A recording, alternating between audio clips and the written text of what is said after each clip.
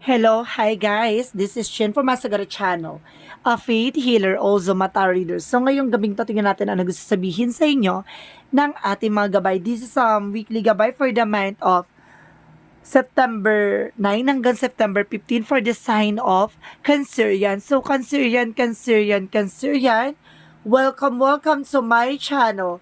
Ano kaya ang messages, advices ng spirit guides ang ating masasagap for today's video? Ano kaya kaganapan sa buhay ng mga Cancerian ang ating mahagilap? So guys, this reading is a general reading lamang. Hindi lahat makaka-resonate. Kunin lamang po makaka-relate sa inyo and comment down below kung kaninong energy ang ating nasagap. And of course, don't forget to like and subscribe my channel and hit notification bell for more videos update. Sa mga hindi pa po nakakapag-subscribe sa aking channel, please click nyo na po ang subscribe button dyan sa baba for all bell para updated kayo sa mga videos na i-upload natin every time in every moment. So guys, kumapit-kapit ka dahil ito na mensahe sa'yo ng ating mga gabay. Umpisahan na natin for the sign of Cancerian. Let's watch this. Ano ang pinaka-mensahe sa'yo ng ating mga gabay? At ano ang magiging eksena? Diba? Let's see. There is an 8 of Wands. There is a past communication. Or there's some messages. No? May message dito. At the same time, there's a Page of Wands. There's a good news. May magandang balita sa'yo dito, T. With the 4 of Cups, there's an evaluate or analyzation. No? Sinasabi dito parang kailangan mong pag-isipan. With that, of course, there's a temperance. There's a perfect timing. So, takes time to make decisions. And of course, there's an Ace of Pentacles, a big money coming in. New proposals or new opportunities coming in for you with the 8 of Pentacles. Trabaho, negosyo, hanap buhay, may panibagong eksena na darating sa'yo na magdadala sa'yo ng malaking salapi. What is the 8 of Wands? 8 of Wands represent Ace of Swords. There's a mental clarity. Parang bigla ang paglilinaw to sa isip mo na, oh, teka, ito na yon. Kumaga, thank you Lord, thank you. Parang ganun, parang bigla kang blessed this guys happen. So what is the Page of Wands? Page of Wands represent at 4 of Wands. There's a celebration coming in for you. At the same time, there's a 9 of Pentacles. Blossoming abundance, pasabag! Kumbaga, ito na yung inaantay mo no? Kumbaga, matatanggap mo na kaya? Ito na ba? Darating na ba? Yes, it will come. What is the Temperance? What is the Temperance? There is a 7 of Cups. There's a lot of opportunities coming in for you. Maraming oportunidad na papasok na ngayon, ha?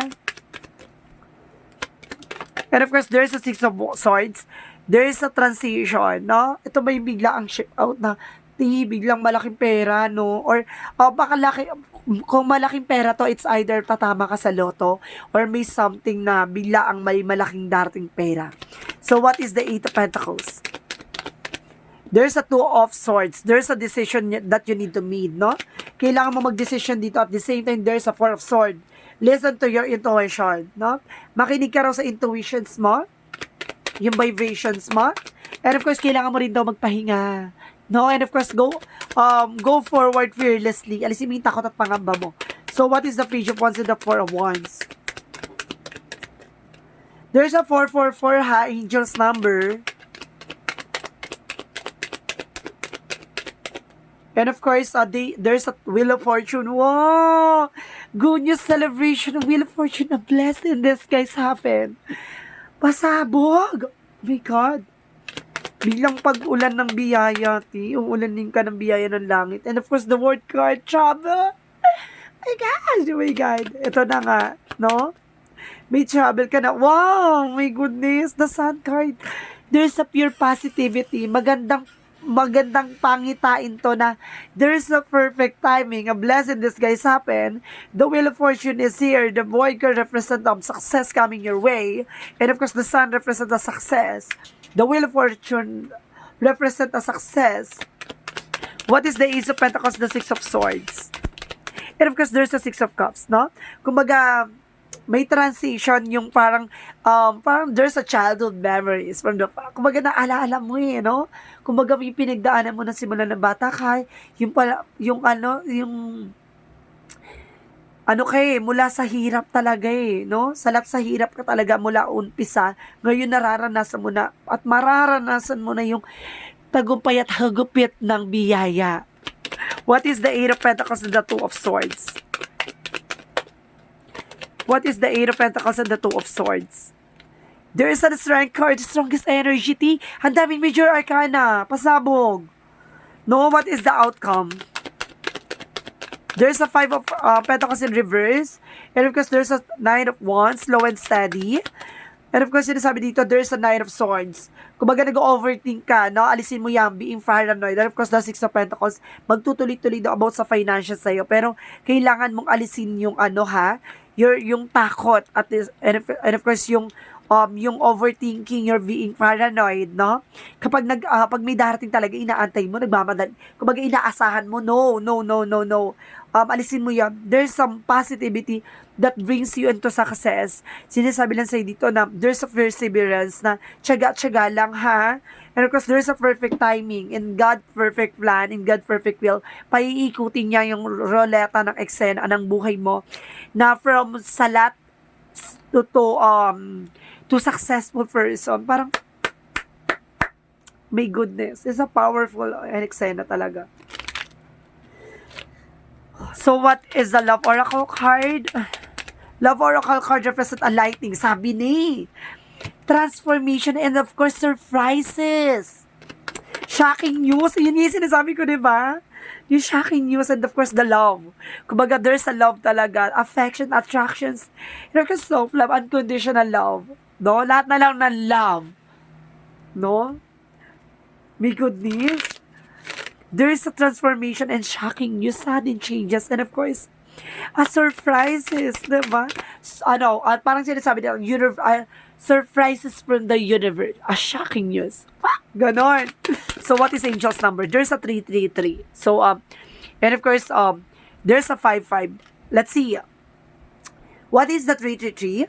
You are being called upon to use your spiritual gift as a light worker, assisting all of humanity, live your truth, and be positive light to others. So, ibig sabihin, maging ka lang daw dito. Kumbaga, mag-attract ng mga positive energy, no? Para makapag-attract ka ng mga, para provide or produce ka ng mga positive outcome. At the same time, you are being powerful. And of course, 5-5 represent I am evolving. Subtensions change is in your future. Embrace your change. I need to overcome your insecurities and let go of your fears. Ayun sinasabi ko, diba? Kailangan mo i-let go yung takot at pangamba mo, My goodness. Wait. My God, my cards.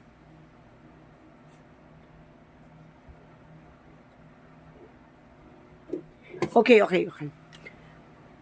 Continue. Kumbaga sinasabi, alisin mo daw yung takot at pangamba mo dito, ha? Okay. So, what is Jesus love? Unahin mo na lang. Okay. Mamaya na rin si Jesus loving quotes. Thank you, Angel Spirit. So, let's see what is the energy. My God, ang ganda ng reading mo, Pasabog ka dito.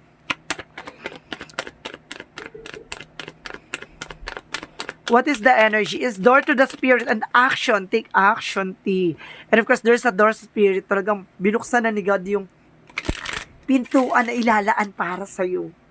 No? What is the Monsology? Communication is the key. A new romance cycle begin. And you are good enough. No? Sapat ka na raw. Sa lahat ng mga nangyayari, sa lahat ng mga kaganapan, sapat na yon. What is Angel's messages? Another messages for Angel Spirit Guides.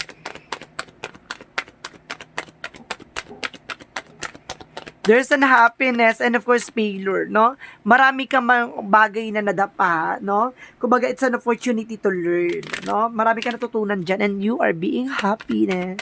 Happy na. What is Archangel Michael? Use your imagination and you see the answer, no? Gamitan mo ng thoughts and of course ng intuition and be gentle with yourself. And of course, you are on the right path, no? Sa tamang direction ka at nasa tamang wisyo ka, no? And of course, meron pa pala. And of course, the person that you're asking is about your trustworthy. Yung taong kinakausap mo lagi, mapagkakatiwalaan mo daw yan, ha? So, what is the Romance angels. And of course, there's a healing family issues.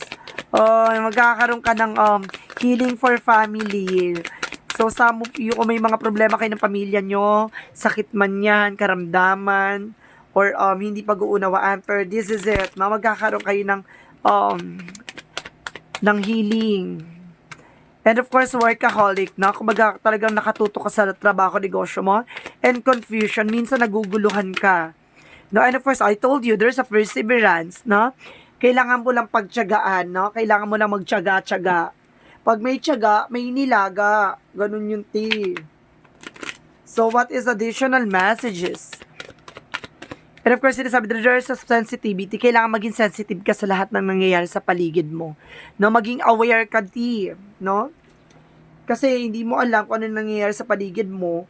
Diba? May mga pagbabago na pala, wala kang kaalam-alam. Ganon. So, what is the Jesus loving quotes? Blessed are they thou hear of the word of God and keep it. No, binibless daw yung mga taong naniniwala sa salita ng Diyos. No, ayon sa kalooban ng Diyos, ipagkakaloob sa iyo. Yung mga bagay na yan, kapag pinagkaloob niya at talagang alam niya na nanampalataya at naniniwala ka sa Kanya. So, what is the messages of life? Messages of life represent appreciations.